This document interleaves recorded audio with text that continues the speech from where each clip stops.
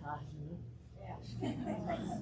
Boa tarde a todos. É uma alegria a gente estar aqui, né, no outro lado na outra costa, poder fazer essa parada, essa visita aqui com vocês hoje para conversar sobre esse tema vida e morte. Esse tema ele é parte de um seminário que eu fiz, que tem na verdade 4 palestras. E essa é a primeira das palestras. Então, no fim, vocês vão ver que eu tenho um slide, quem quiser acionar o restante do seminário, eu ponho aí a referência para vocês olharem. E eu, lendo Joana de Ângeles, eu fui percebendo que em vários livros dela, ela tinha um capítulo específico onde ela falava, ou direta ou indiretamente, sobre a morte. E foi na época que meu pai, há 4 anos atrás, na verdade, veio a falecer. E eu comecei a pensar muito sobre esse item e comecei a pensar e a me dar conta de que nós falávamos sobre a morte nos centros espíritas com frequência, mas completamente desconectados de um exercício mais profundo e conectado com a vivência da ideia da morte. Então é como se a gente falasse, fizesse tratados sobre a morte e como se a morte fosse assim um conceito abstrato que talvez vá acontecer na casa do vizinho, alguma coisa nesse sentido, mas é como se a gente falasse disso e não se conectasse com o tema. Então eu tive vontade na época de fazer um estudo mais aprofundado e que eu pudesse levar para as pessoas e ajudá-las a se conectar com o tema. Então, não vai ser uma palestra confortável. Vai mexer aí com algumas pessoas e a maneira que eu faço palestra hoje em dia é assim, eu tenho uns slides, mas eu vou falando e a hora que eu vejo que algum tema pegou o público, às vezes eu paro, fico nele, e vou terminar, a hora que terminar, onde eu estiver na palestra, mas eu vou seguindo baseado aí no que eu pego de vocês. E das necessidades e da intuição que nos vem. Mas só para vocês terem ideia, aqui estão alguns dos livros onde Joana fala sobre o tema da morte. E a gente vai estar citando esses livros aí no transcorrer da palestra. Então a gente vai começar com um pequeno exercício. Quando penso na morte, o que acontece dentro de você? É para fazer pensar na morte nesse momento. Não é um exercício para o futuro, é um exercício para agora. Se eu dissesse para vocês assim, olha, daqui no final de hoje, por exemplo, você vai desencarnar. O que você sente? Medo, angústia, aflição, as malas já estão arrumadas, estou pronta para ir, está tudo certo. Né? Ou se a gente disser, olha, o seu esposo, o seu filho, a sua mãe, o seu pai vão desencarnar no fim do dia de hoje. E aí? Vocês pensam nisso? Sim. E essa é a próxima pergunta. Você pensa na morte? Porque a gente fala sobre a morte, mas falar de morte é um negócio esquisito, no mínimo. Então eu tentei conversar com a minha mãe recentemente sobre a morte e ela falou assim para mim, mas você tá bem? E ela é espírita, né? Tá tudo certo? Você está passando por algum problema? Não estou passando por nenhum problema. Eu quero falar sobre você, o que você quer. Você está tentando me matar antes do tempo? São essas algumas das conotações que a gente tem com a ideia da morte. Só que é importante nós pensarmos na morte. Então eu pergunto a vocês aqui, por exemplo, qual de vocês tem as suas finanças arrumadas, pensando não só se você vai conseguir pagar as contas no final do dia de hoje ou do mês, mas pensando no futuro, se você tem filhos, coisas assim. Qual de vocês, por exemplo, apontou dentro do seu círculo de conhecidos, alguém que tome decisões para você se você se tornar incapaz. Ou porque você adoeceu e agora fez um quadro de demência, ou porque amanhã você está num acidente de carro e você perde a sua capacidade cognitiva de raciocínio. Tem alguém que sabe o que você quer? Como que você quer viver e como que você quer morrer? Você tem? Good for you. Né? Eu também tenho. Eu tenho tudo organizado para morrer. Eu tenho testamento, eu tenho as minhas finanças, eu tenho um trust para os meus filhos, tudo organizado. Por quê? Eu posso morrer no fim de hoje, posso morrer amanhã, né? E como uma pessoa imortalista e como um ser humano consciente, eu sei que a morte é alguma coisa que precisa ser falada, porque ela vai acontecer. Alguém tem dúvida? Alguém tem dúvidas que vai morrer? Não. E no entanto, a gente não fala sobre a morte, né? Ela é sempre um elefante branco, assim, que está ali no meio da sala e ninguém, né, quer ver, quer tocar. Por que será? Então, o objetivo da nossa conversa hoje e desse seminário que eu fiz foi para a gente se tornar um pouco mais familiarizado com esse tema, para que a gente, não teoricamente, mas emocionalmente, para que a gente pense, para que a gente reflita, para que ela fique mais próxima da gente, porque no final das contas, quanto mais a gente consegue falar da morte, quanto mais a gente consegue pensar na morte, mais vivo a gente está e mais rica se torna a nossa vida. Porque a consciência da imortalidade, mas também da transitoriedade da vida, essa consciência, não só a nível cognitivo, mas integrada no nosso viver, que faz com que o nosso viver fique mais vivo e mais rico.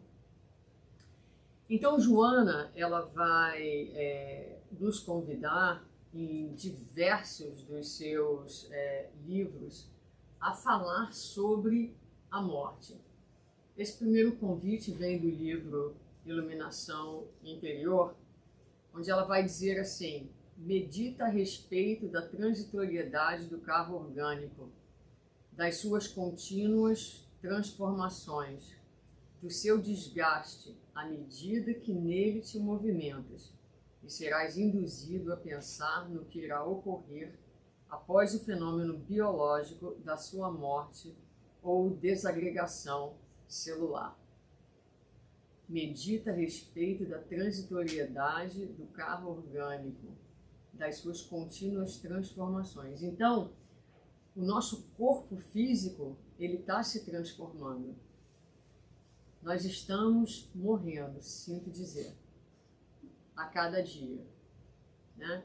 Então, como é que a gente vê isso? A gente vê isso por quê? Porque o corpo, ele vai se tornando cada vez menos capaz de se regenerar, de cicatrizar, de restabelecer a sua própria homeostasia. O que a gente fazia como criança cai, baixa a cabeça, se arrebenta e já no dia seguinte está de pé e já o corpo já vai cicatrizando.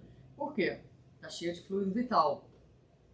A gente vai perdendo a nossa vitalidade e o corpo vai se desgastando. Muitas vezes esse desgaste é interno. Então nós estamos aqui, a gente se olha, não, estou bem, estou jovem, estou bonita, estou forte, está tudo certo. Só que há um desgaste, como ela fala, desse carro orgânico, muitas vezes acontecendo internamente, muitas vezes acontecendo silenciosamente, e a gente não se dá conta. Então é importante que a gente tenha essa consciência. E ela vai continuar, então, dizendo assim para a gente: postergar, agora no despertar do espírito, a meditação a respeito da morte, por medo ou ilusão materialista, oculta imaturidade psicológica que o tempo descaracterizará. Não será pelo fato de ignorar-se essa realidade que ela deixará de existir. Quanto mais se analise e compreenda, melhor para sua superação, tornando-a parte do comportamento de toda hora. Então vamos pensar um pouquinho nessa frase. Aqui ela fala de imaturidade psicológica. Então é igual criança, né? Vive num mundo de fantasia, faz de conta que a morte não existe, ou existe só na casa do vizinho, mas na minha não vai acontecer. Eu sou super poderoso, vou viver para sempre, né? E ela fala muito da ideia, e isso está nas outras palestras, eu exploro um pouquinho mais essa ideia, de uma imortalidade na carne. A gente quer ser imortal no corpo físico. Não tem como, né? O corpo físico, como toda matéria, ele está em processo constante de transformação e de desgaste. Por mais que a gente queira manter a juventude, e por mais que hoje nós tenhamos uma indústria que nos ajude a driblar a velhice, mas não há creme que vai prevenir a nossa morte ou o nosso envelhecimento. Chega uma hora que o corpo, naturalmente, ele vai passar pelo processo de desagregação celular.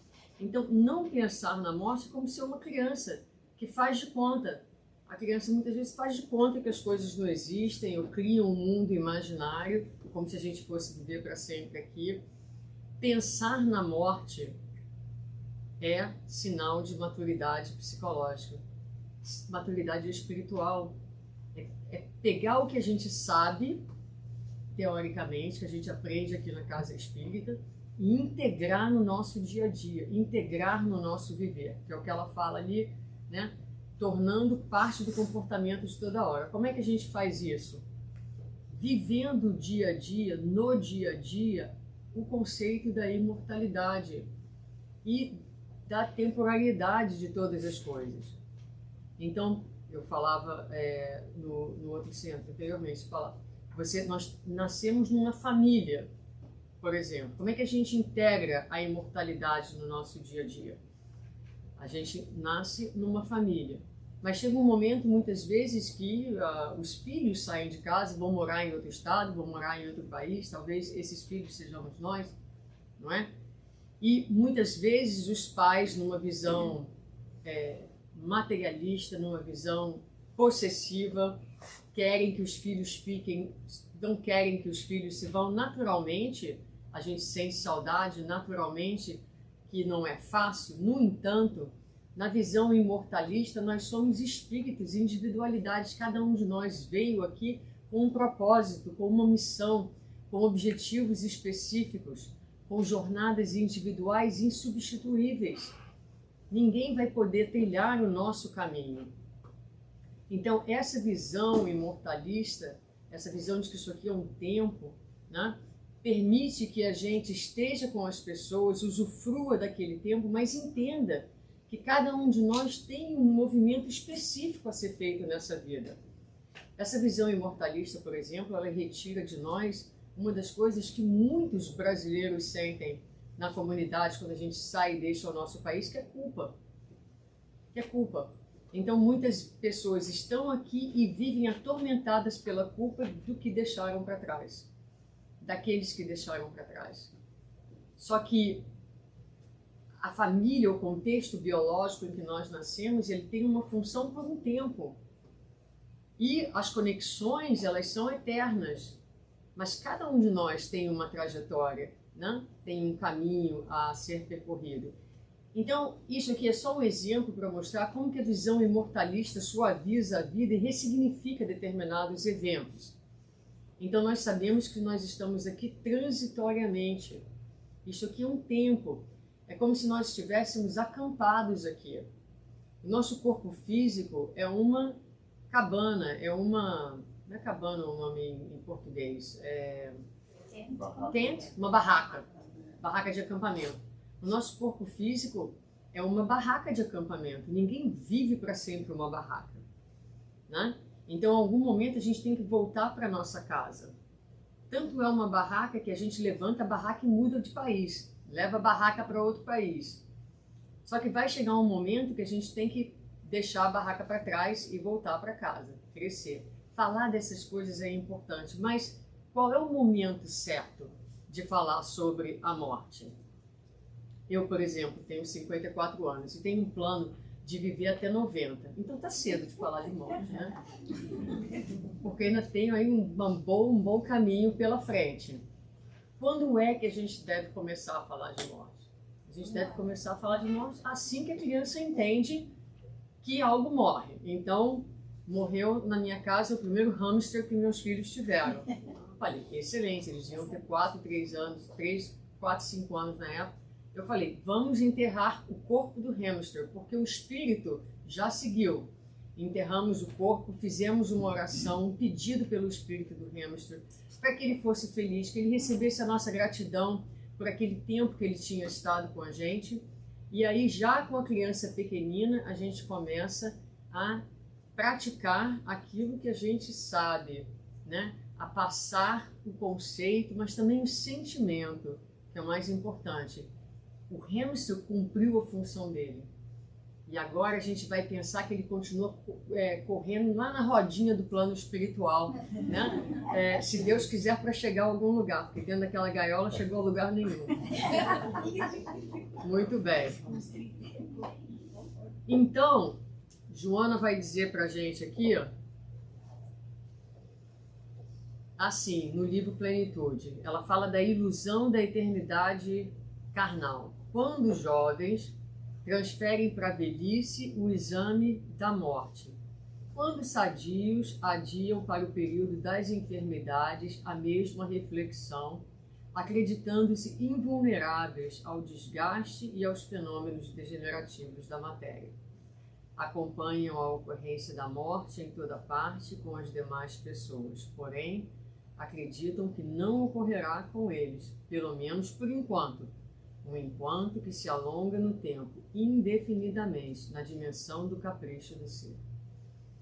Então, quando é o tempo? Agora não, porque agora eu sou jovem. Quando é o tempo? Agora não, porque agora eu estou saudável, está muito cedo, né? Então, eu vou esperar o momento que eu estou bem velhinho, que eu estou caquético, né? Ou que eu estou muito doente, quando a doença inesperadamente nos assalta, aí para falar sobre a morte. Então, nunca chega aquele momento ideal. Qual é o momento ideal de falar sobre a morte? E ela vai continuar dizendo, assim deve-se viver, preparando-se para morrer, meditando na morte, a fim de não lhe sofrer a injunção aflitiva, evitando desespero e todo o seu séquito de agentes perturbadores. Então, como é que a gente vive? Preparando para morrer. E como é que a gente se prepara para morrer? Vivendo bem, vivendo com propósito, vivendo com consciência, inclusive de que vai se morrer.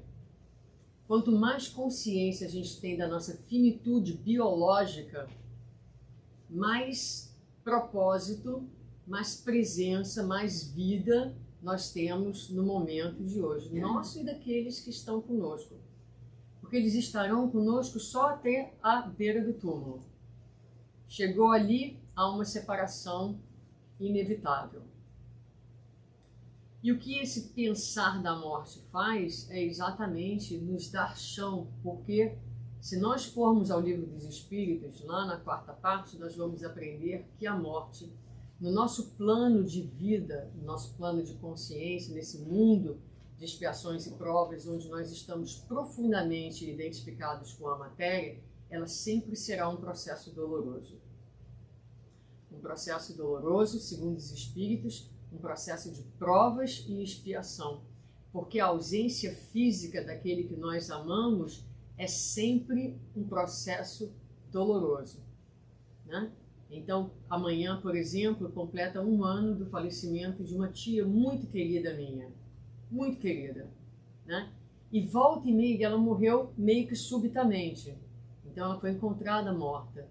E quando a morte acontece dessa forma, que você não tem a bênção do envelhecimento. Eu tenho morando comigo meu sogro de 91 anos com Parkinson já em hospice care, e a gente está esperando. Às vezes eu falo para os meus filhos, uma hora ou outra nós vamos chegar em casa e ele já vai estar morto, ele não vai mais acordar. Então a gente já vai preparando, porque vai acontecer. Ele mora com a gente, ele se Deus permitir, se não acontecer nenhuma complicação, ele deve desencarnar enquanto estiver lá. Mas esse preparar-se para morrer, meditar sobre a morte, não vai tirar a dor da ausência. Eu ainda hoje penso, é inacreditável que a minha tia não esteja com a gente, porque ela estava tão bem, ela estava andando, ela tinha 73 anos só. Então, é assim, a ficha vai caindo no transcorrer do tempo, devagarinho, é um processo. Agora, o pensar na morte, lidar com esses temas, acima de tudo, viver na consciência da transitoriedade, enche a gente de propósito e nos instrumenta para poder passar por esse processo sem o desespero, sem a revolta. Mas por que ela? Por que nesse momento? Porque não, está tudo certo, né? É doloroso, mas está tudo certo. E a gente segue para frente, carregando dentro da nossa alma a esperança, a certeza do reencontro, a certeza de que ela agora, ou aqueles a quem amamos, estão livres, prosseguem, mais vivos do que nunca. Ela nos conta, Joana, uma historinha sobre a morte, e aí eu fui no Google buscar uma imagem de morte. Experimenta fazer isso, põe no Google assim, morte, imagens, e fecha logo a página, porque são umas imagens horrorosas. E aí essa foi a melhorzinha que eu encontrei para botar na apresentação. E ela conta a história, então, falando da hora certa, né, que virá quando tiver que ser, e não é necessariamente quando a gente pensa, como eu estou aqui pensando com 90 anos, né? Mas, então ela conta a história desse homem que era um servo e o seu mestre, e o mestre pede que todos os dias ele vá à feira na cidade para comprar uns óleos, umas essências para ele. E o homem vai naquele dia, como sempre, chegando lá na cidade, na feira, quem ele vê? A morte.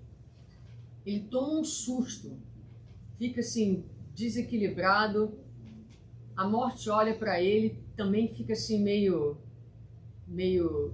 estranha, não sei o que. Ela até tira uma cadernetinha, olha.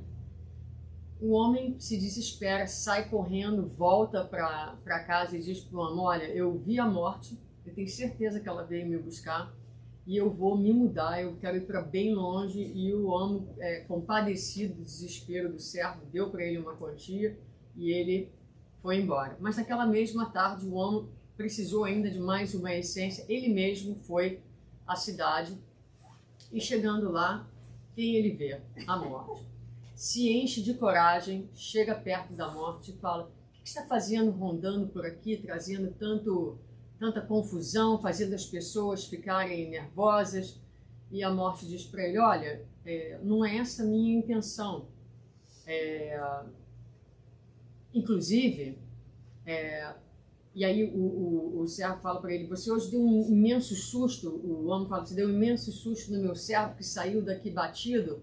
E a morte diz para ele, assustado fiquei eu, porque tirei as minhas anotações e fui olhar que de fato ele estava para ser levado hoje, mas não aqui, numa outra cidade bem longe daqui. Então é isso, né? Não adianta, a gente não vai conseguir fugir da morte e a gente não sabe quando é que a gente vai morrer. Pode ser que eu morra com 90 anos, pode ser que eu morra com 55, quem sabe, né? Então, de novo, a importância da gente pensar e falar sobre a morte. E aí, Joana vai trazer um conceito bastante interessante, uma maneira de pensar a morte bastante interessante, porque ela fala de vida, da vida no plano espiritual, da vida do espírito imortal, com V maiúsculo, e essa vida com V minúsculo, que é a vida do hoje e do agora. E no livro Vitória sobre a Depressão, há um diálogo onde o servo pergunta ao mestre, mestre, qual é o oposto de morte? E o mestre vai responder dizendo, o oposto da morte é renascimento, porquanto sempre se está na vida, quer se deambule através do corpo físico ou fora dele.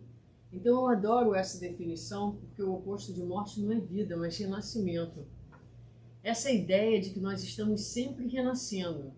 Ou a gente renasce no corpo físico, ou a gente renasce fora do corpo físico. Em verdade, o renascimento fora do corpo físico, a gente vai falar um pouquinho adiante, para o espírito imortal é muito mais fácil. É muito mais fácil nós renascermos no mundo espiritual do que renascermos no corpo físico. Mas não há morte, só há uma sucessão de renascimentos. Só é em verdade vida. E é essa a ideia que ela nos traz. E, como vocês vão ver aqui, dias gloriosos, iluminação interior, ela traz os mesmos conceitos de formas diferentes, mas sempre reforçando essa ideia. Morte e renascimento são processos que se completam por fazerem parte do mesmo fenômeno da vida. A vida é parceira da morte e esta é o pórtico de entrada na vida. Então, olha que beleza essa ideia, né? Uma ideia de continuidade, uma ideia de parceria, uma ideia de ciclos, uma ideia de um fenômeno único, que é o fenômeno da vida. A importância de nós não só pensarmos a vida sob esse ângulo, mas sentirmos na nossa alma que só há vida. Se nós tivermos isso a nível dos nossos sentimentos, vai ficando mais fácil a gente se adaptar a esse movimento da vida, porque vida é movimento, né? Quando a gente para o movimento ou quando a gente tenta não se mover, a gente cria uma camada extra de sofrimento para nós mesmos. Em mais um livro, aqui no Iluminação Interior, ela dirá: um instante chega para tudo e para todos em que o fluxo vital se interrompe e o casulo orgânico se desconecta, vitimado pelo fenômeno da morte, igualmente parte da vida. Então é interessante pensar a morte como parte da vida. Pensar a morte como uma continuidade, sem ser não é uma dualidade de vida e morte, mas é uma continuidade de ciclos que vão se colocando. E eu fixei ali também a questão do fluxo vital. Então cada um de nós vai encarnar com um tanque cheio de vitalidade. Alguns de nós têm o tanque de um big truck, outros de nós vêm com um tanque de fusquinha, né? Mas todo mundo nasce com um tanque cheio. Agora, uns vão durar um pouco mais do que outros, e tem tudo a ver com essa vitalidade. Na medida em que nós vamos envelhecendo, nós vamos perdendo vitalidade. É importante que assim seja. Por quê? Porque até os 30 anos, nós fazemos um movimento de vida para fora. Nós estamos buscando nos firmar no mundo. E no momento em que a gente se firma no mundo, começa um movimento agora onde o nosso corpo físico é capaz de menos para que o nosso espírito seja capaz de mais. Então, é uma desvitalização do corpo para que o espírito seja vitalizado, o espírito mortal. Então, a primeira parte da vida é um movimento para fora, é um movimento de se colocar no mundo.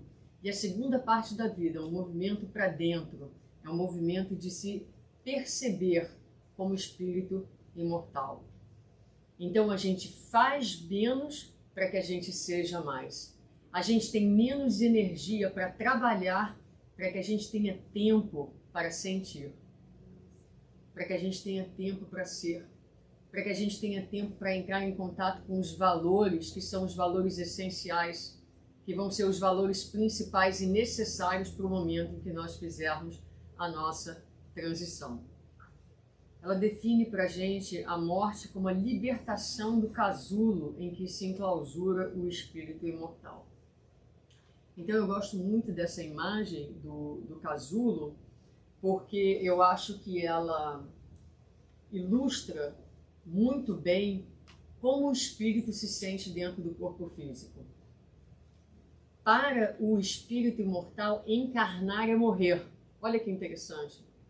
Emmanuel vai dizer que o espírito encarnado no corpo físico, o cérebro, que nós achamos que essa coisa genial, absolutamente ainda tão inexplorada pela ciência devido à sua complexidade, mas ainda assim, apesar de ser esse órgão genial, ele representa uma fresta. Ele abre uma frestinha de luz, de conexão para o espírito que está encarcerado dentro desse corpo, que abafa todas as suas possibilidades, a sua sensibilidade, a sua capacidade de raciocínio fica completamente limitada e abafada dentro do corpo físico, e ele só tem uma frestinha de luz, de comunicação com o mundo real. Tanto é que os espíritos vão dizer que nós temos ânsia do mundo espiritual. Quando nós estamos adormecendo, a gente sente tanta falta dessa liberdade que assim que é possível o espírito sai, volta para casa. Ele tem ânsia, ele tem saudade desse mundo, que é o mundo original, que é o mundo de onde todos nós viemos, né? Então, encarnar é muito difícil. Agora, essa vida com letra minúscula, ela tem um propósito muito importante, porque dentro desse casulo que oprime o espírito, ele luta. E como a borboleta, é essa luta dentro do casulo que vai dar à borboleta as forças para que ela, rompendo o casulo, voe.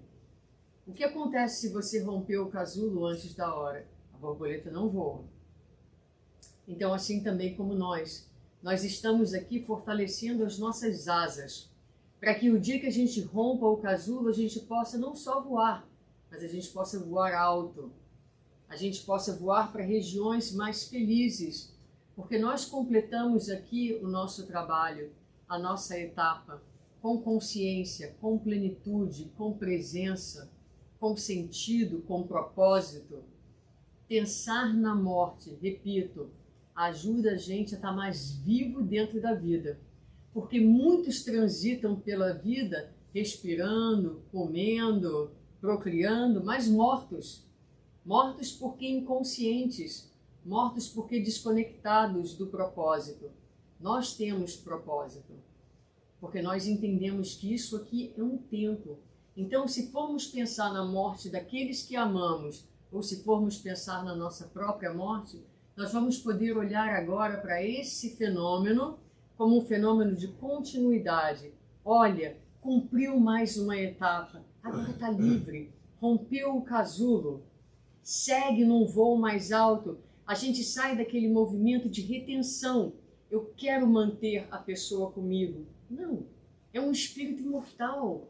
O plano espiritual é o plano das possibilidades. Muitas vezes nós escutamos nos atendimentos fraternos, quando uma mãe perde o filho, por exemplo, não há a menor dúvida, uma das provas mais difíceis que nós podemos ter aqui na Terra, mas a mãezinha atormentada vem e diz: tinha 20 anos, estudava medicina, um futuro brilhante o esperava.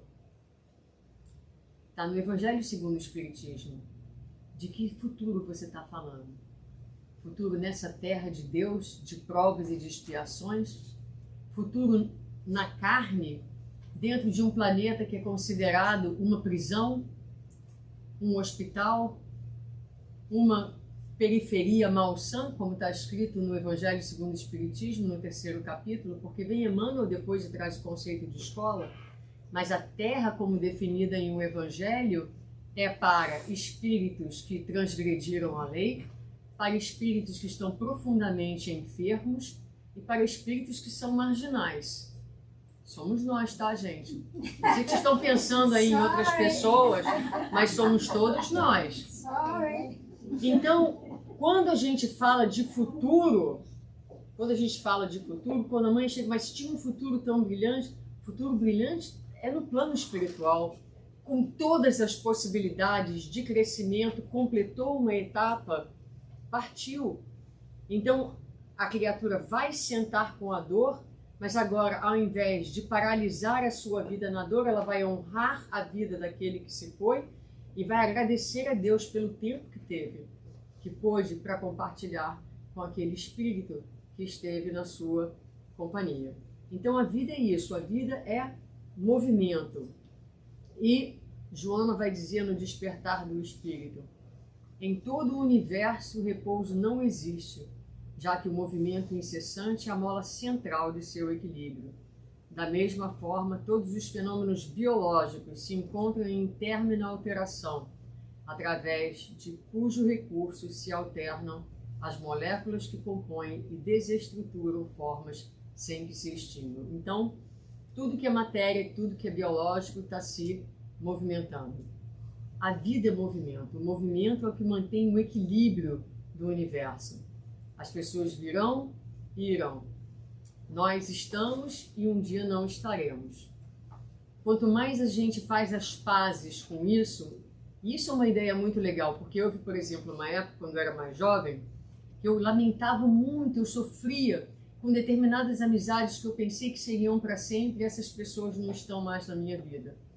Chegou um momento que eu me dei conta de que a vida é movimento, e de que essas pessoas entraram na minha vida em determinada fase da minha existência porque elas tinham naquele momento sentido, e algo para dar, algo para trocar e algo para colaborar.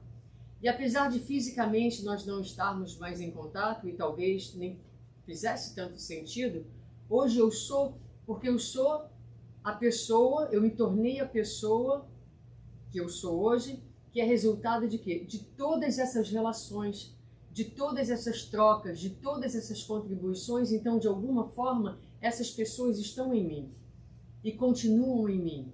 Mas é preciso que elas viessem e fossem para que outras chegassem. Porque a vida é movimento. Porque sem movimento não há crescimento. Porque sem movimento não há evolução. Isso é lindo do livro Vitória sobre a Depressão, que ela vai dizer assim: viajor do tempo e do espaço, o espírito singra os oceanos de energia, veleja os oceanos de energia, energia pensante que é vestindo-se e despindo-se e revestindo-se de matéria orgânica para o ministério da evolução, em cujo curso se encontra inscrito. Eu acho que essa é uma das frases que eu mais gosto, porque é linda demais, é de uma poesia. Então todos nós estamos inscritos no curso da vida, né? Nós fomos criados e entramos nesse curso, que é o curso do aprendizado, que é o curso da evolução.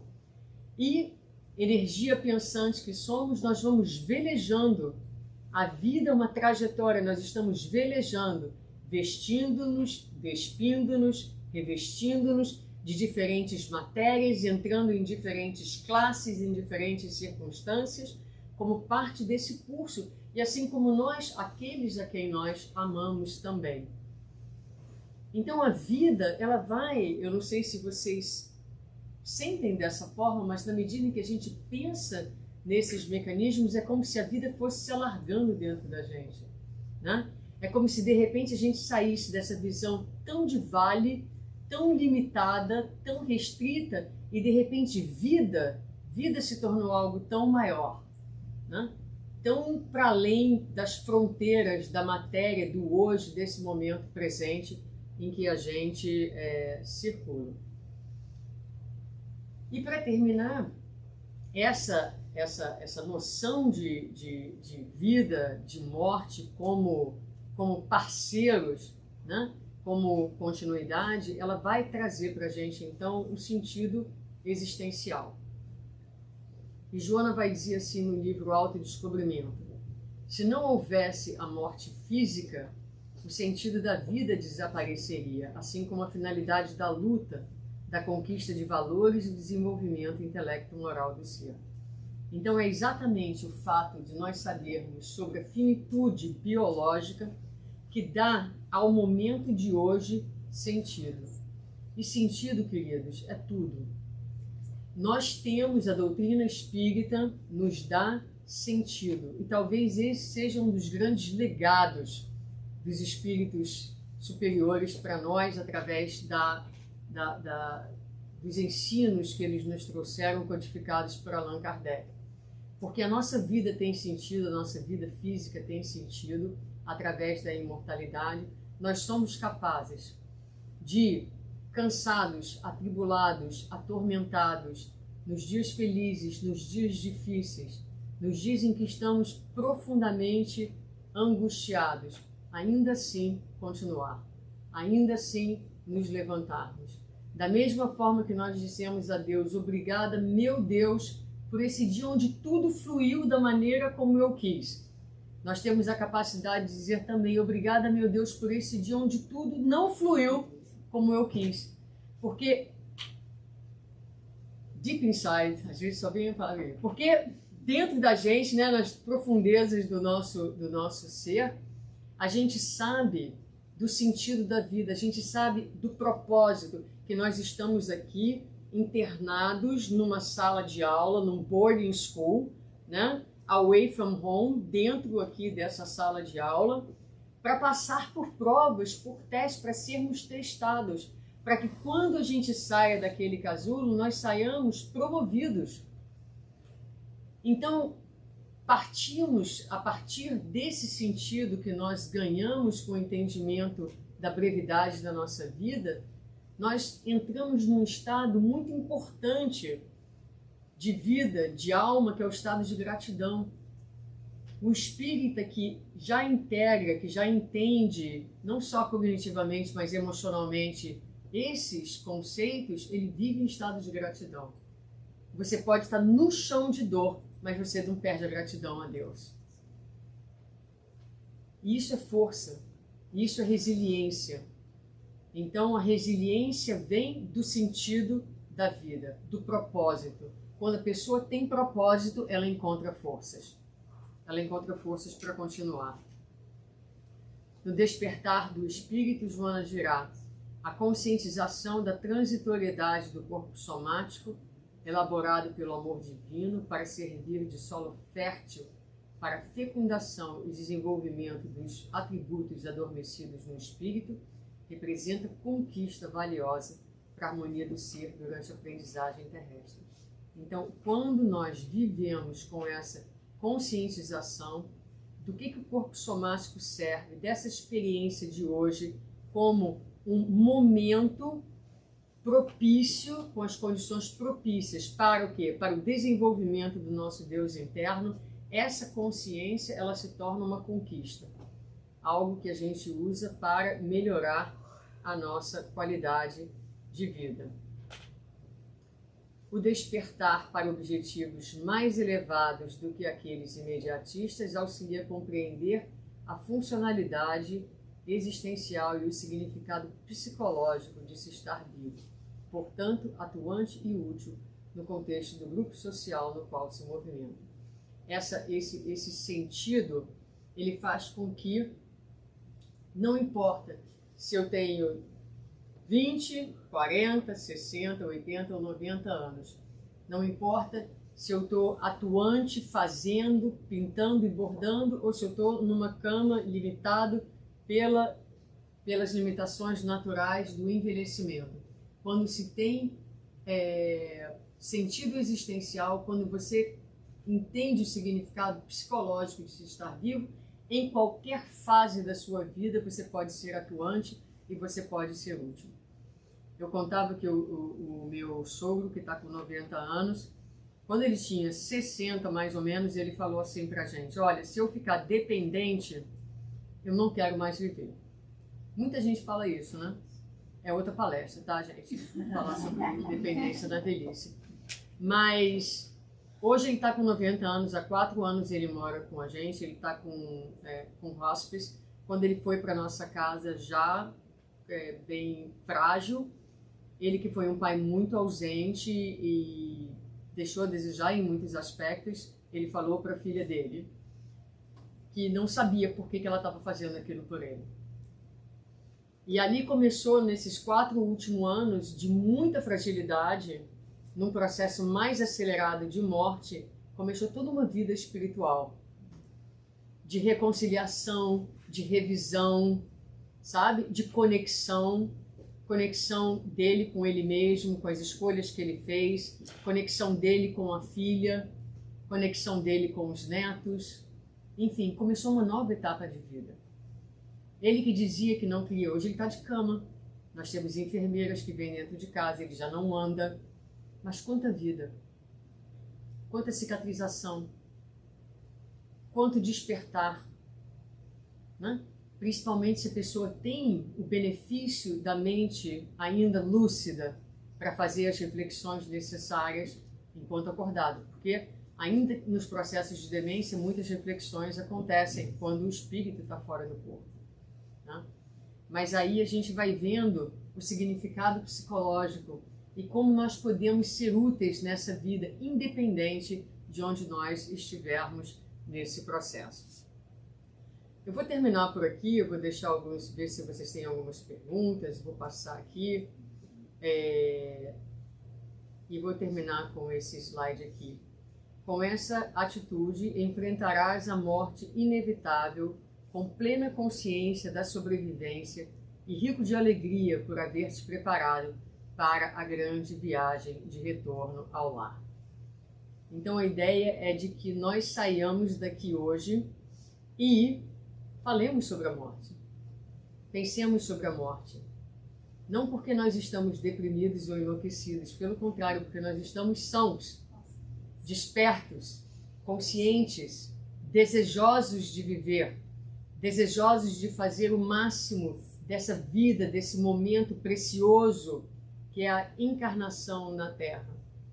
Mas nós tiraremos mais proveito dessa vida quanto mais consciência nós tivermos de que ela é biologicamente finita e de que nós somos seres imortais.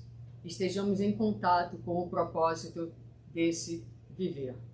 Para aqueles que quiserem e tiverem curiosidade, nós temos 4 palestras que são parte desse seminário, que eu coloquei aí, está no meu canal do YouTube. Então, hoje a gente fez aqui a morte e o depois. Depois a segunda é sobre desapegos e as perdas, o envelhecimento e as doenças. E a última é sobre a morte, mas é sobre o morrer. Então, o que acontece quando você recebe aquele diagnóstico final? Joana fala de uma série de emoções e desafios quando se recebe o diagnóstico final, e é isso que nós abordamos então na última palestra. E para aqueles que tiverem interesse em outros assuntos, nós temos também vários recursos aí na minha rede social, tá bom? 1h30 agora, não sei se há ainda tempo, se alguém... Deixa eu passar. Eu tenho todo o tempo do mundo, porque eu não vou a lugar nenhum. Vou ficar em San Diego até quarta-feira. Não fala assim. Não fala. Que a gente vai trancar a porta, viu? Alguém gostaria de fazer alguma pergunta? Alguma reflexão? Alguém está preocupado? Eu tenho um comentário. Sim. Quando eu conversei, quando eu mudei para cá, meus primeiros roommates eram mormons. Eu me lembro uma vez conversando com ele era muito radical, e ele falou assim: Márcio, é muito perigoso essa noção que você tem sobre a reencarnação, porque como você tem essa noção, você desvaloriza essa vida que você está vivendo agora, porque você sempre vai achar que você vai ter uma outra chance. Então você não vai botar tanta ênfase em consertar as coisas, em fazer as coisas. E eu sei que só existe uma vida, então eu vou tentar de tudo para fazer dessa vida o melhor que pode fazer. Eu falei: olha, faz sentido se você olhar por um ângulo, mas por outro, não significa do fato de eu saber que eu vou ter outras oportunidades que eu vou relaxar em realmente take charge das coisas que eu tenho que fazer. Agora eu até entendo que talvez possa ter esse approach por uma pessoa ou outra. Mas você está entendendo como teve essa visão dele? E como você estava falando em relação de entender a morte para poder valorizar esse tempo que a gente tem, é mais ou menos isso eu vejo às vezes, né? No meio espírita, assim, não, bom, a vida que vem eu consigo resolver esse negócio. Ele está certo e ele está errado, né? Ele está certo porque muitas vezes a gente, na nossa ignorância, a gente faz mau uso, a gente desvirtua os conceitos. Então, de fato, muitas vezes a gente usa a ideia reencarnacionista para procrastinar o que pode ser feito hoje, mas não é isso que o Espiritismo fala. É isso que nós fazemos do Espiritismo. Aí é que é a diferença, não é? Um outro ângulo, é engraçado porque eu até conversava com o Daniel no carro, caminho daqui, apesar de nós sermos reencarnacionistas, é como se a gente esquecesse de que nós somos reencarnacionistas e nós quiséssemos nos tornar espíritos puros nessa encarnação. E quando a gente não atinge determinados patamares de evolução, de bondade, ou do que seja que a gente loucamente estabelece para nós mesmos, a gente deprime, a gente se enche de culpa. Então, a gente vive um paradigma onde há dentro das religiões e do movimento espírita em particular, muita culpa. Muita culpa porque a gente não entende que a evolução é muito vagarosa. Os espíritos dizem para nós, no Livro dos Espíritos, no Evangelho, na Codificação, em diversos momentos, que uma encarnação é considerado um dia. Às vezes eles usam a ideia de 1 minuto. Então você pensa na sua vida inteira e você pensa em um dia. Dentro do contexto de uma vida inteira, de uma encarnação inteira, o que é que você faz em um dia? Mesmo que seja um dia muito busy. Não é muito, não é? Então é isso. Não dá para fazer muito em uma encarnação. Entende? Então, ter essa noção da imortalidade, ter essa noção da reencarnação, ter a noção de como o progresso se efetua, da lentidão do progresso, ajuda a gente a fazer para nós mesmos objetivos alcançáveis e razoáveis. Porque sim, você vai dar o seu melhor, mas você sabe que tem um limite até onde você vai chegar. Por exemplo, se você estabelecer para você que nessa vida você quer se livrar de todo o mal, me desculpa, mas não vai dar certo. Porque o que caracteriza a presença nossa nesse mundo que nós estamos é a prevalência do mal sobre o bem. Nós somos espíritos ainda caracterizados pelo mal. Pode dizer assim, Suzana, eu não concordo com você, não está discordando de mim, não, está discordando dos espíritos superiores do que eles disseram a Allan Kardec. Né? Por quê? Porque o que caracteriza o nosso viver é o personalismo. É o que está lá na questão 917, o egoísmo é a causa de todos os nossos males. Né? Então, em tudo que a gente faz, em todas as paixões, em todos os vícios humanos, se você fizer uma análise, você vai encontrar que na raiz deles há um ego adoecido, há um egoísmo. Essa é a característica da nossa humanidade. Isso não vai mudar no fim dessa encarnação. Então, parte do problema da equação aí é a gente também conseguir colocar para nós mesmos objetivos que sejam razoáveis e adequados para aquilo que a gente sabe, para aquilo que a gente aprende com a doutrina espírita. Então, a coisa ela é distorcida nos dois extremos. Ou porque a gente exige demais da gente, ou porque a gente usa a reencarnação para procrastinar aquilo que pode ser feito hoje, procrastinando assim também a nossa própria felicidade. Obrigado. Eu gostaria que você desse uma ideia.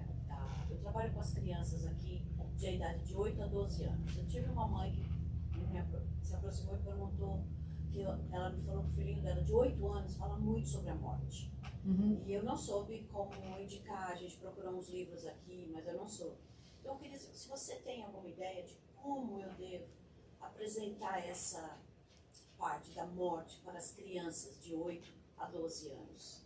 Porque Eu acho que a maior dificuldade dos adultos de falarem sobre temas está sempre ligada à dificuldade que eles mesmos têm com o tema, né?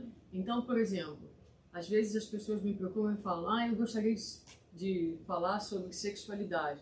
O problema não é nem tanto encontrar um livro, é que a pessoa está cheia de dificuldade ela mesma com a própria sexualidade. Então, você falar de sexualidade para uma criança quando você mesmo está todo encrencado na sua própria sexualidade, é bem problemático, né? É bem difícil. Quanto mais a gente tem naturalidade com o tema, mais fácil fica da gente. Então, primeira recomendação é você mesmo trabalhar com a ideia da sua própria mortalidade e se sentir o máximo possível confortável sobre isso. As aulas aqui são em inglês ou em português? Inglês. Em inglês, né? Assim, não sei, assim, vou pensar uma literatura, tenho certeza que há, não sei, com Peter Hayes, os livros dele, eu não é uma área que eu trabalho, então, assim, eu não tenho, mas eu indico, eu sei que o website, por exemplo, da Federação Espírita Americana tem muito recurso ali. Eu sei porque eu já... então entra no website da Federação Espírita e aí vai na parte de evangelização infantil. E se precisar de material, a Federação Americana, eles têm um departamento de infância e juventude. Você pode entrar em contato com eles, porque todo o material da federação é em inglês. Então eles poderão te ajudar com certeza nessa área, mais do que eu. Porque não é muito que eu trabalho. Mas eu acho que o exemplo que eu dei dos meus filhos aqui do hamster, sabe? São coisas assim, né? Que você vai utilizando das coisas do dia a dia para, né? Para ilustrar os conceitos. Uhum. Posso entrar nessa? Por favor. Geralmente as crianças falam de coisas que são perto delas. Então, se a criança tem 8, 10 anos de idade falando de morte, é porque houve morte ou um papo de morte ao seu redor. Então, é natural que ela procure entender o que está acontecendo. E é muito natural que a criança sinta a ansiedade dos adultos, que a gente acha que a gente está bem a beça. Né? Nem estou deixando meu filho saber que eu tô sofrendo. São esponjas, eles percebem. Né? Então, há alguma oportunidade ao redor daquela criança para tratar daquele caso de maneira natural. Olha, por que você está falando disso? Aconteceu? Não. E para quem está querendo, você já falou de Jesus? Jesus morreu. Depois ele voltou. Então vamos descobrir também qual é a parte tangente, por que a criança está trazendo aquilo ali. Porque nenhuma criança do nada aparece com um papo desse. Ouviu ou então vivenciou em algum lugar. Vamos utilizar o útil. Kardec fala para a gente no livro dos médios, né? Vamos do particular para o desconhecido. Primeiro, o que está acontecendo ali? Aí você trabalha tudo ali com uma coisa. E outra coisa que me vem à mente também, que eu acho bastante importante quando trabalho com as crianças, com os adultos também, mas com as crianças desde cedo, é também fazer uma averiguação do que elas sentem, né? Então, ouviu falar de morte. Tá bom, primeiro perguntar ela o que ela sabe, né? E depois o que ela sente. Eu tenho medo. Eu estou com angústia. Sabe? Porque aí também te dá uma informação e um caminho para você saber por onde vai. Validar o sentimento da criança, né? Essa também é muito importante, porque às vezes com as nossas teorias espíritas, isso é para criança e para adulto, a gente vai passando por cima das pessoas igual um tratorzinho, cuspindo teoria, né? E não enxerga o outro ali no sentimento dele. Então, se você está tomado de tristeza, então validar a tristeza, sim, é triste. Se precisa chorar, sim, chora. E depois, agora vamos falar do como é que a doutrina pode nos ajudar, né? Mas não para fazer com que a pessoa não sinta. Não, para que ela sinta, mas sinta agora com o apoio de alguma coisa que pode sustentá-la nessa dor, nessa tristeza, nesse momento difícil.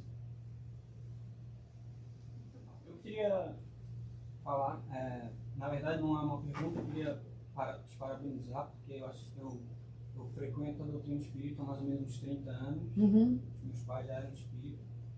E nunca ninguém falou com a clareza como a senhora falou. Parabéns pelo teu entendimento. A senhora está lá no céu, não não, pelo amor de Deus. Eu sou jovem, vou ser jovem por muito tempo. Com certeza foi o que mais me tocou. Assim, eu acho que é muito falta de fé. A gente acredita na doutrina espírita até um ponto, né? Jesus disse, Pedro, anda, ele afundou, porque a gente acredita, mas não acredita, né? Eu acho que é muito falta de fé de saber que na morte, ao invés de ser uma imagem feia, seria Deus e Jesus e os anjos esperando a gente, seria uma imagem muito clara, que a gente já está saindo do casulo, né? Então, botar isso na prática é que eu acho que, no meu caso, seria dificuldade, e sinto que é a falta de fé, assim. É um exercício, né? Você está falando do que todos nós vivemos, na verdade. Eu já fiz essa palestra várias vezes. E eu comecei a fazer quando meu pai estava para desencarnar. Eu me dei conta de que eu sabia muito sobre o espiritismo, mas é como se eu tivesse me dado conta de que faltava alguma coisa. Eu havia escutado muitas palestras sobre imortalidade, sobre morte, mas ninguém tinha falado do momento da morte. ninguém tinha falado do perder, ninguém tinha falado do luto. Todas as abordagens são sempre otimistas, são sempre, o espírito vai, segue, só que e a dor, e o momento, e a perda?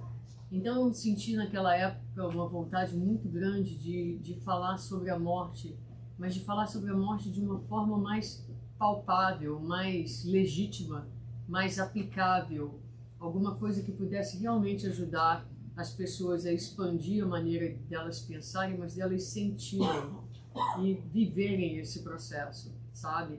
E que percebi que nós espíritas, apesar de falarmos sobre morte, continuamos profundamente desconfortáveis com a ideia de que vamos morrer biologicamente. E é isso, as pessoas, muita gente depois que ouviu as palestras todas ou os seminários, voltou para mim e falou assim, nossa, muito obrigada, porque eu consegui falar com meu marido sobre isso, porque eu consegui fazer um testamento, porque eu consegui organizar as coisas. As pessoas não conseguiam, e estavam na casa espírita, 30, 40 anos, mas não conseguem falar sobre isso, porque nós somos, como eu gosto de brincar, materialistas e mortalistas. É tudo uma palavra só. Um dia nós seremos imortalistas e mortalistas, né?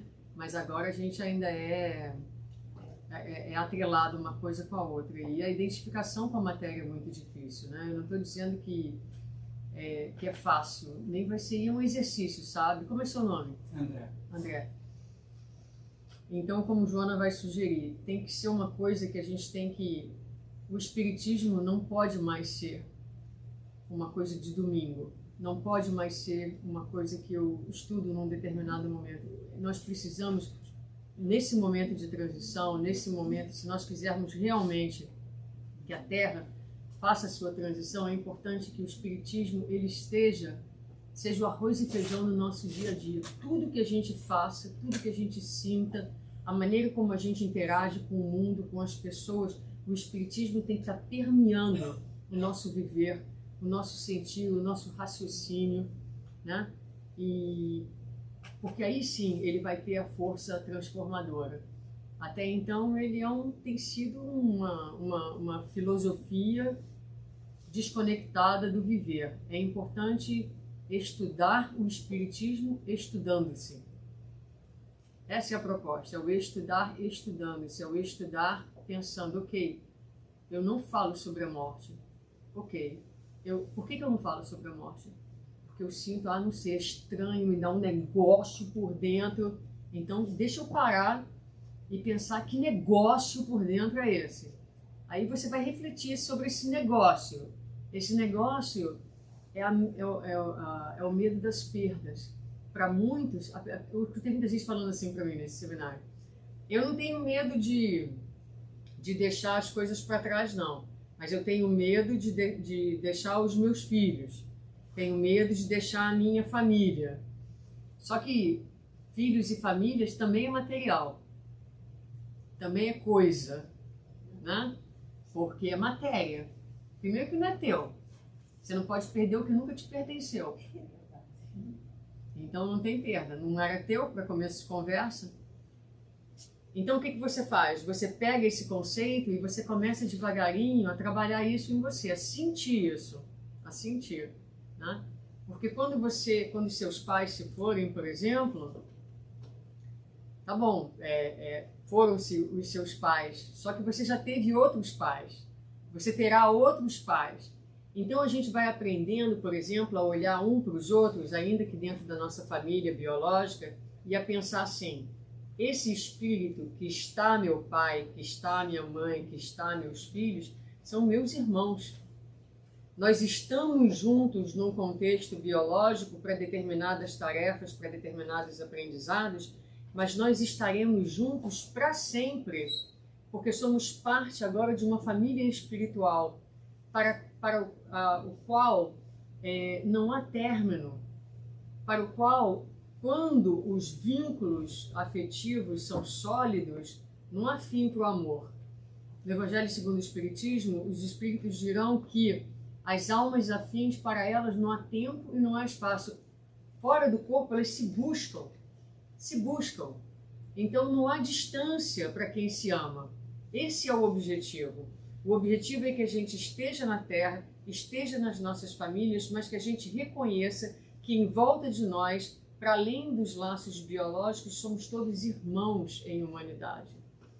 E o objetivo, o nosso foco deve ser o desenvolvimento dos laços fraternos. Todas as relações têm como objetivo final o desenvolvimento dos laços fraternos, para que a gente se sinta irmãos em Deus. Essa é a lógica.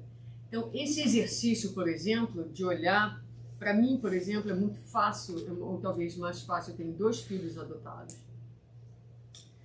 Então, eles vieram do hospital, da maternidade comigo, né? Mas quando você adota um filho, você tem certeza, noção, clareza de que a vida te emprestou aqueles espíritos.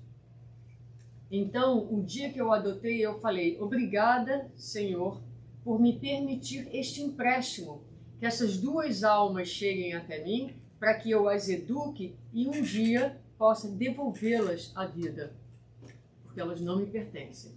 Então, o processo de adoção, porque não nasceu de você, da tua carne, ele deixa mais claro esse não pertencimento. Só que, na verdade, nós somos todos adotados. Ninguém pertence a ninguém. Nós só pertencemos a Deus. São esses exercícios mentais e emocionais que vão nos preparar para morrer. Mas tem que estar no dia a dia, tem que estar em tudo que a gente faz e na maneira como a gente vive. Suzana, gostaria de compartilhar, já que você colocou lindamente todo esse tema, quando você perguntou se alguém tinha se preparado para a morte, né? Eu fiz esse exercício há muitos anos atrás, na época da pandemia.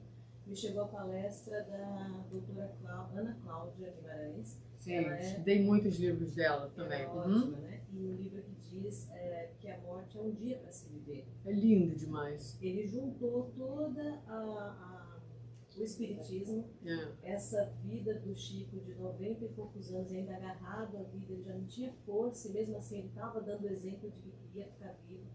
E de repente tudo voltou. E nessa consciência, toda a época da pandemia, me veio, também tenho tarefas a fazer. Eu tenho tarefas práticas para deixar mais fácil para as pessoas um momento de separação. Porque eu as amo, então eu olho também para frente. Então, sim, esse tema é difícil, mas ele é libertador, como você disse. Quando a gente olha para ele com amor também, e o nosso papel na morte da outra pessoa. Porque apesar da tristeza da separação, as nossas orações facilitam o desapego, este momento para aquele ser, que a gente no fundo não sabe, né? É uma experiência individual, como que aquele ser amado vai passar por aquilo. Então as nossas orações também fazem isso. Com certeza, elas têm um papel fundamental, né? E os espíritos dizem pra gente que uma das coisas que mais dificulta, porque morrer é fácil, mas desencarnar é complicado, vocês sabem disso, né? Morrer é o corpo que para, mas desencarnar é deixar o corpo. E uma das coisas que mais dificulta o desencarne é o apego.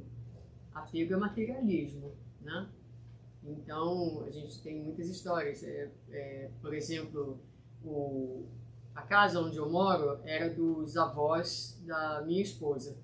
E uma vez a minha mãe foi lá, ela é uma médium bem vidente, com uma mediunidade, e ela viu o avô dela sentado assim na cadeira. A avó dela estava viva na época e a filha também. Mas ele ali ficava. E aí perguntou por que ele ficava ali. E aí o espírito disse a ela que ele já tinha sido convidado a seguir, que haviam dado várias oportunidades dele prosseguir, mas ele tinha uma preocupação com elas, com a filha, que tinha um processo de esquizofrenia, e ele então optou por não ir. Então ele ficava ali, né?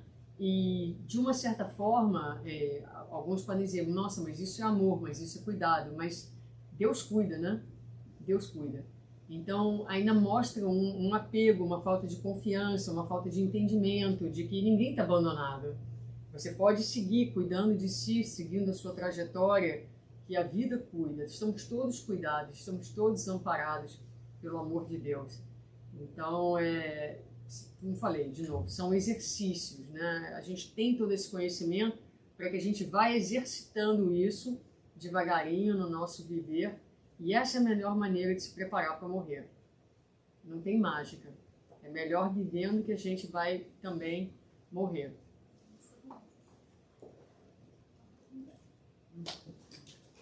Mais um lá. Meu nome é Paulo. Oi, Paulo.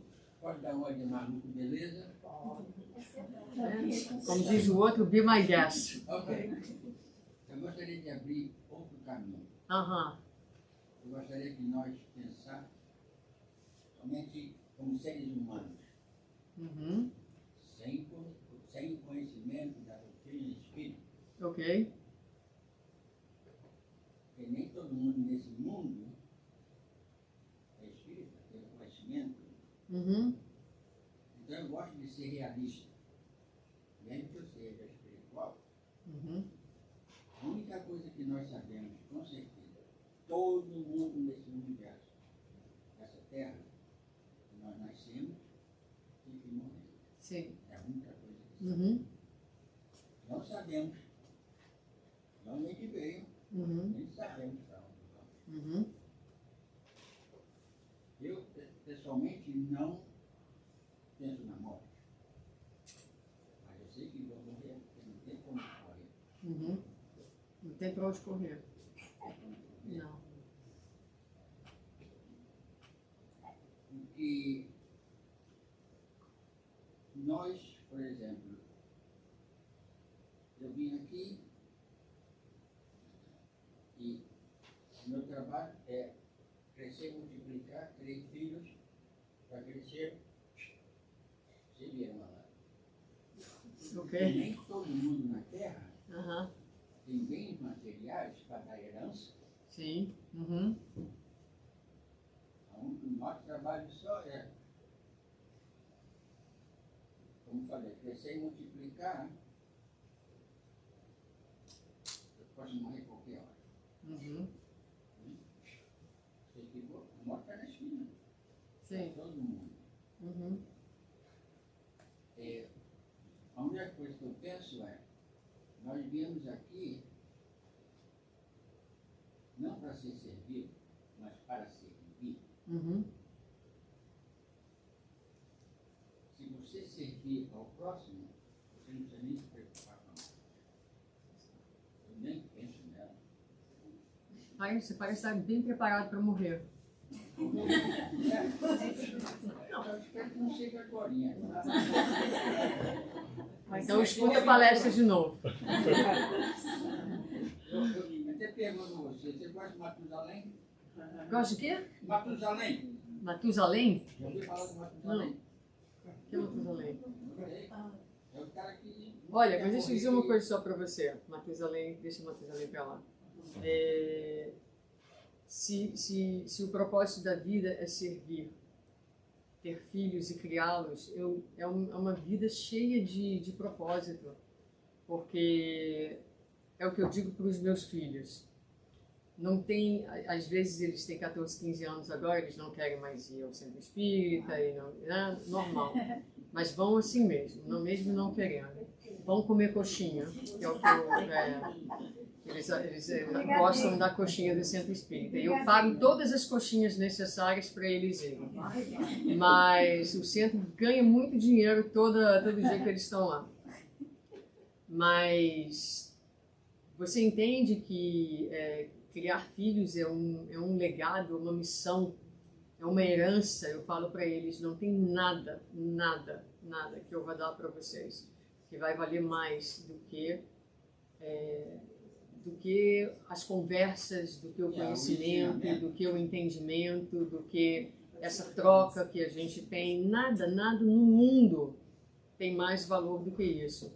Então isso é uma vida bem vivida. Se for uma vida com esse nível de consciência, de servir, de deixar uma contribuição no mundo, é isso, porque o reino dos céus não é para os espíritas. O reino do céu é para o homem de bem. É para aquele que viveu consciente. É para aquele que teve uma vida ética. É para aquele que serviu, né? Então, ninguém diz em lugar nenhum na doutrina espírita que só os espíritas serão salvos. muito pelo contrário. Diz Dr. Bezerra de Menezes que os espíritas são espíritas porque são espíritos profundamente comprometidos com a lei de Deus, a quem a misericórdia divina oferece o espiritismo como uma ferramenta a mais, para ver se a gente dá jeito dessa vez.